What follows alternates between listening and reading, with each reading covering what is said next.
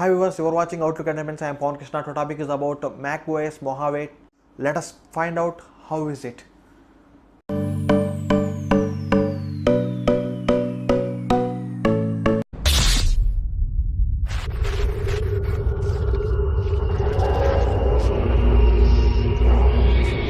It usually comes with meaningful improvements to interface useful new apps and features. Like this, your screen time option the monitors how much you use your apps and even the occasional performance improvements. Firstly, but if you owned a Mac in recent years, there will be little reason to get excited for new release of macOS. Some hidden corner of the operating system might get a new feature, a sharp edge or two will be round out, and maybe another feature from iOS will appear on the desktop.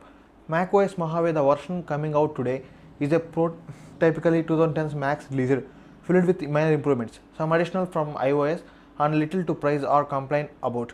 I like it and I think there are things that make it worth installing, but more than ever, it has been wondering where is the platform going. There are some changes inside Mojave that start to the answer that big question, but in the day-to-day use, there is no actually fun of helpless updates. So I am going to dive into those first. Among the things to affect you day-to-day use are some real crowd pleasers. First and foremost, they finally a dark mode.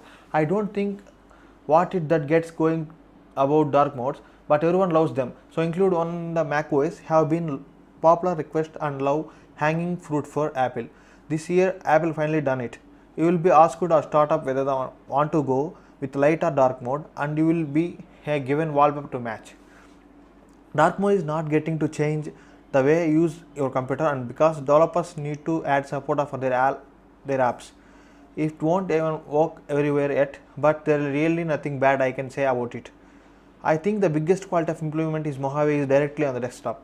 Apple has a new idea about how organizing files should work and actually really handy for keeping the desktop from turning into a complete mess. The feature called desktop stacks automatically groups into a desktop into stacks or similar type of things. So one of stack collecting images, another collect screenshots, another collect PDF and so on. The categories generally make it quicker to find whatever file you need that been lost in the mess of your desktop. When you want to see each stack, you just click on it and new files will be earlier open pop up to look through. I do have some minor grippies and about they are displayed. However, opening one stack pushes all other stacks around and they don't automatically collapse when you are done, so you can end up right back with the same mess if you never close them. But in large it been convenient, and while I still need to remember to clean with all the junk. I will left side each stack. The feature have made managing my desktop much easier. Another crowd pleasure, the releasing Apple change to screenshots. Now it works just like an iOS. You screenshot with linger momentarily in the corner of the screen, letting you immediately click to open it up and perform some basic edit on it. The editing options are little clunky, but it can handy addition overall. I loved being able to grab the screenshot right over the corner of my screen and put it directly into a tweet. Those editing tools are also now built into Quick Look, so you can rotate or add a note to an image or PDF without fully opening it. Then there is all the other stuff. Dynamic desktop lets you choose from 1 to 2 wallpapers that automatically change throughout the day.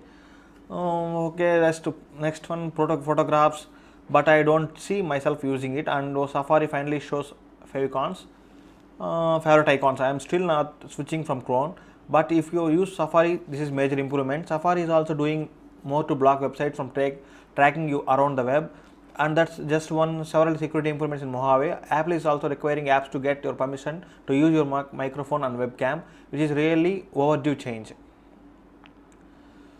Insofar as there is a single big feature in Mojave, it is introduction of iOS apps to Mac. It's not in the way what's happened in the past, where Apple, for instance, coded a branded new version of Notes for the desktop. These iOS apps would be told largely running off the same code they use on iOS. That are all possible because Apple is working on the project that will supposedly next year allow developers to easily port their apps from iOS to Mac. Developers don't have access to project yet, but Apple they has been testing it out internally, and 4 new apps, news, stock, voice memos, and home. Let us see the results today. As simple addition to macOS, the apps are convenient, if underwhelming if you use any of them on your iPhone. Having them here is great. I would always hated having to upload voice memos to Dropbox so that I can get them on my Mac. Now I can just open up the app, and they are assuming the cloud storage of course. Home is also a helpful addition. If you like me and you have a bunch of smart home gadgets around your house here. As standalone apps, though they are particularly exciting and off Steam have baked, Apple News might be the best example. It's a very direct clone of the iPhone app, able to most of things you can do on the phone. But while it entirely functional, the experience does not feel like something that was designed for the desktop. It is small, simple, and cramped. The issues extend to how it feels to use the new hybrid apps. Sometimes they behave in a way that don't make sense for the Mac. On the desktop, for instance, except to able to swipe back on the trackpad in order to back a page, but in News, swiping back takes to previous article in the list. To get back to main screen, you have to find an unabandoned back arrow hidden as a far corner of the app. In the home, you are greeted by iOS style scrolling menus instead of down drops. In once had to drag a giant full screen vertical slider in order to set a lamp brightness. It is still early for this project. Apple seems to be using these apps more as proof of concept than as proof that it can deliver an exceptional macOS stock app. As the tools improve and also Apple spends more time to these apps, it's possible they all change up into something that closely more resembles macOS. But I suspect those are Apple priorities. Apple is more interested in allowing these apps to work cross-platform and all than it's making them adhere to how the Mac has traditionally looked and felt. However, you won't be able to judge that for at least another year more. Another interesting thing about these ported apps is that they use a style that's a little different than a normal Mac app. All but one thick navigation bar on the left hand side, and the app main area includes large discrete boxes that contain individual items. What is noticeable in the style isn't limited to just iOS apps. It also shows up to redesigned Mac App Store, a fully native app, and another big part of Mojave. I don't particularly love or hate the new style. And touchable it all looks. I'm not saying thing of course to come, but it definitely is sign off. A lot of very touchable looking iOS apps invading the Mac. Anyway, the Mac store has been redesigned. The store has been declined basically since it launched, and it has in recent years developers has been abandoning in choosing to sell their apps only on the web for a variety of reasons. Maybe it's a lack of discoverability, but maybe it also the bad terms of developers, the lack of flexibility in sales models. The success of web apps have surely contributed to the decline of the native apps too. I generally like that the redesign, the front page look more a page in a magazine than part of online store. There are big illustrations that draw my attention, editorialized list, and even explanations of what some highlighted apps are all about. Everything is a bit bigger, and while there is still a ton going on, it is more spaced out and largely easier to read. That being said, the App Store shares some of the navigational oddities as the iOS apps. It's not just the left hand bar. I have accidentally enabled some developer focused versions of the store, but the fact clicking on anything editorial will bring you into a full page pop-up, and there's only one button that gets out of the screen. Will this issue the Mac App Store? I strongly doubt it. It can be definitely help developers who are lucky enough to find their apps featured by Apple, but Apple is facing much broader such of issues than easy just a messy store.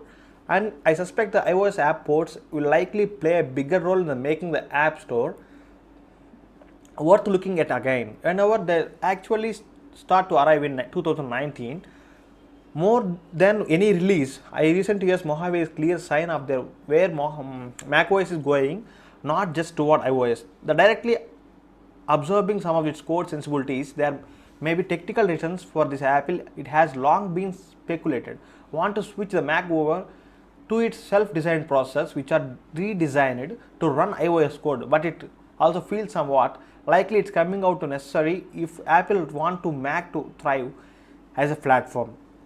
It needs to desktops to build for Mac instead of web. The upcoming project could make a lot of easier for developers. Still, I wonder what would macOS look like if Apple were truly focused on it. Would those get iCloud features from a couple of years ago be further built out?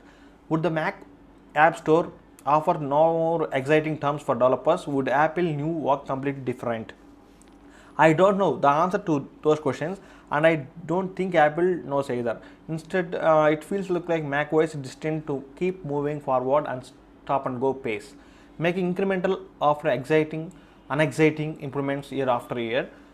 Is that best forward? I don't know. I still think macOS is an excellent operating system, but it's no secret that's a hit or lull. Mojave might not change that, but it certainly suggests a more interesting future is on the horizon. This is the full version review of macOS Mojave. Thanks for watching. Bye bye now. Press start.